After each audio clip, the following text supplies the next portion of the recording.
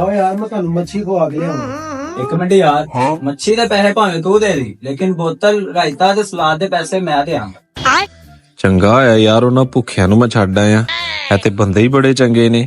ਉਹ ਤੇ ਹਰ ਟਾਈਮ ਮੇਰੇ ਕੋਲ ਖਾਂਦੇ ਸੀ, ਇਹਨਾਂ ਚ ਆ ਕੇ ਤੇ ਮੌਜ ਹੀ ਲੱਗ ਗਈ ਹੈ। ਯਾਰ ਕਿਉਂ ਨਾ ਮੈਂ ਵੀ ਇਹਨਾਂ ਚ ਨੰਬਰ ਬਣਾਵਾਂ। ਖਾਣੀ ਤੇ ਹੈ ਨਹੀਂ ਇਹਨਾਂ ਨੇ ਮੇਰੇ ਕੋਲ ਰੋਟੀ। ਮੈਂ ਇਹਨਾਂ ਨੂੰ ਕਹਿਣਾ ਵਾ ਕਿ ਆਓ ਯਾਰ ਮੈਂ ਤੁਹਾਨੂੰ ਰੋਟੀ ਖਵਾਉਣਾ ਵਾ। ਹਾਂ ਚਲੋ ਯਾਰ, ਮੈਂ ਅੱਜ ਤੁਹਾਡੇ ਚ ਪਹਿਲੀ ਵਾਰੀ ਆਇਆ ਤੇ ਮੱਛੀ ਤੁਹਾਡੀ ਮੇਰੇ ਵੱਲੋਂ ਬਣਦੀ ਹੈ। ਆਓ ਅੱਜ ਮੈਂ ਮੱਛੀ ਖਵਾਉਣਾ ਵਾ।